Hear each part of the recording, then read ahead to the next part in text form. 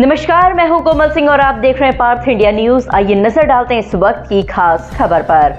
उत्तर प्रदेश के मुजफ्फरनगर निवासी सोनू उर्फ रोनू कश्यप की कुछ दिन पूर्व मेरठ में नृशंस हत्या के बाद उसका शव जला दिया गया था। पुलिस ने अधजला शव को बरामद किया था। इस घटना के बाद मेरठ पुलिस ने एक नाबालिग को गिरफ्तार कर घटना के खुलासे का दावा किया है।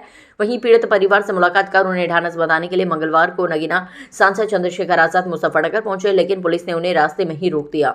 सिविल लाइन थाना क्षेत्र के बच्चन सिंह चौक पर मुजफ्फरनगर पुलिस ने सांसद चंद्रशेखर आजाद के काफिले को रोक लिया। जैसे ही ये खबर फैली, चंद्रशेखर आजाद के समर्थकों का जमावड़ा मौके पर लगने लगा। हालात को देखते हुए भारी पुलिस बल तैनात कर दिया गया। वरिष्ठ अधिकारी मौके पर पहुंच गए। पुलिस अधिकारी लगातार सांसद से वापस लौटने का आग्रह करते रहे। इस दौरान मीडिया से बातचीत में चंद्रशेखर आजाद ने बेहद तीखे और भावुक शब्दों में अपनी बात रखी। उन्होंने कहा कि मुझे रोकने का अगर कोई तरीका है तो मेरे सिर में गोली मार दो या मुझे फांसी पर चढ़ा दो, वरना जब तक मैं जिंदा हूं आप लोगों के लिए लड़ता रहूंगा।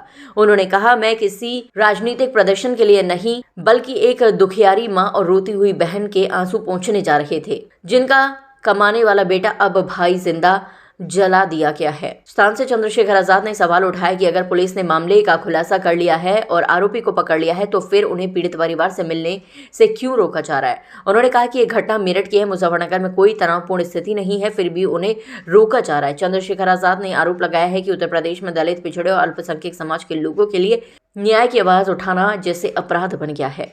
उन्होंने ये भी कहा कि कपसाड़ की घटना के समय माहौल खराब होने का हवाला दिया गया, लेकिन उसी माहौल में सत्तारूढ़ दल के नेता बिना किसी रोक टोक के पीड़ित परिवार से मिलने गए। उन्होंने सवाल किया कि क्या सरकार कश्यप समाज को न्याय नहीं दिलाना चाहती।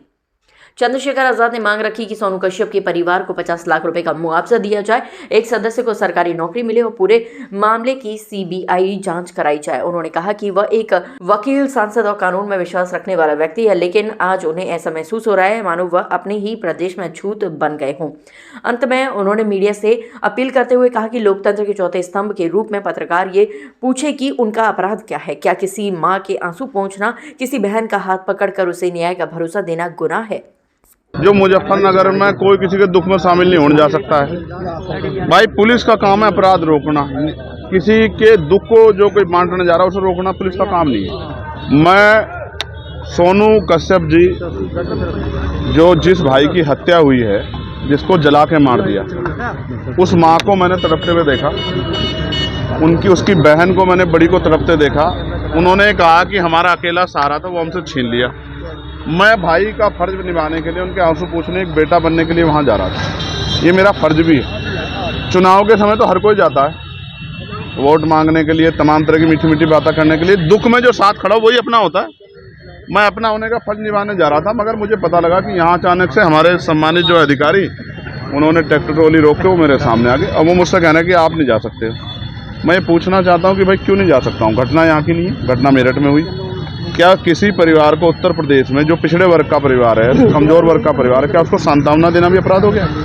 तो मुझे सारी बात में एक चीज़ समझ आई है कि मैं राजनीति का छूत हो गया हूँ यहाँ उत्तर प्रदेश में। मैं किसी पीड़ित की आवाज़ नहीं उठा सकता। मैं आवाज़ उठाने जाऊँगा तो मुझे बंद किया जाएगा। इसका एक तरीका मेरी समझ में आया। मैं इनको रास्ता दिख बता रहा हूँ कि जैसे पिछली बार मुझे गोली लगी थी 23 में, मेरी हत्या करवा दे पुलिस वाले मिलकर सारे सरकार के साथ। क्योंकि जब तक मैं जिंदा रहूंगा, अगर मैं खाट पे भी रहा, पिलंग पे भी रहा, तो भी बोलता रहूंगा। तब भी जब भी इन पर अन्याय होगा मैं बोलूंगा, पिछड़ों पे, दलितों, मुसलमानों पे, गरीबों पे, बहनों पे। तो एक ही तरीका है इनके पास। ये लोकतंत्र को कुचल रहे हैं, ये संविधान को चल रहे हैं। ये मेरी हत्या करवा दें, इसके बाद तो इनको शांति मिल सकती है। वरना जब तक मैं हूँ, क्या तो ये जुल्म रोके, वरना अगर ये जुल्म करेंगे मेरे लोगों पे तो मैं उनकी आवाज़ को उठाऊंगा, मैं लड़ाई को लड़ूंगा। मैं किसी बात से नहीं डरता भाई। मैं तो जब तक परिवार को नहीं सुनूंगा तब तक मैं कुछ नहीं कह सकता हूँ। मैं तो जाऊँ, जब उनके पास जाऊँगा मुझे अपनी पीड़ा बताएंगे। जब मुझे अपनी पीड़ा बताएंगे तभी मैं आगे की बात तो कर पाऊंगा। मैंने तो डिमांड की थी कि भाई इस परिवार को कम से कम 50 लाख रुपए का मुआवजा मिले। क्योंकि देखो मेरी बात सुनो, आप भी पत्रकार साथी हो, अगर आपके साथ कोई दुर्घटना हो, आपके बच्चों को क्या होगा? भाई कमाने वाला था, वो चला गया, उसकी बुजुर्ग माँ, उसका क्या होगा? 10 दिन तो सब आएंगे। तो उसको 50 लाख रुपए मदद दो, एक सरकारी नौकरी मिले, और सबसे इम्पोर्टेंट है इस घटना की सीबीआई जांच हो। यही मांग उठा रहे हो। अब आप पीड़ित यहाँ जाएंगे या यहाँ से वापस जाएंगे? आप बताओ मुझे। मैं जैसे आगे बढ़ूंगा तो मीडिया वाले कहेंगे पुलिस के साथ लड़ रहे हैं, तो मैं शांति से बड़े अधिकारियों को कह रहा हूँ कि वो मुझे अपनी गाड़ी में ले चलें।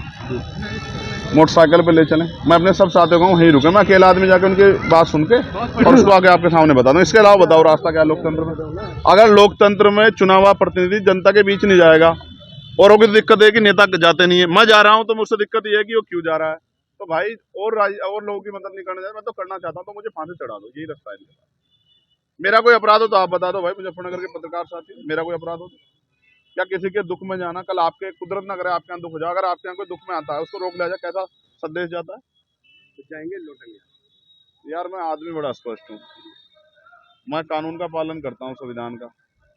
अगर ये संवैधानिक रूप से इनके पास कोई तर्क हो तो बता दें कि इसलिए जान देना चाहते हैं, और नहीं है तो फिर ऐसा है, अगर जिदबाजी करेंगे तो फिर आप जानते हो, फिर तो वही होगा जो एक भाई को अपनी बहनों के सम्मान में, एक बेटे को अपनी माँ के सम्मान में, और एक न्यायप्रिय व्यक्ति को लोगों की लड़ाई लड़ने के सम्मान में जो करना चाहिए, फिर वही होगा। आज के लिए बस इतना ही। ऐसे ही देश और दुनिया की तमाम छोटी बड़ी खबरों को देखने के लिए जुड़े रहिए पार्थ इंडिया न्यूज से, हमेशा सच के साथ। नमस्कार।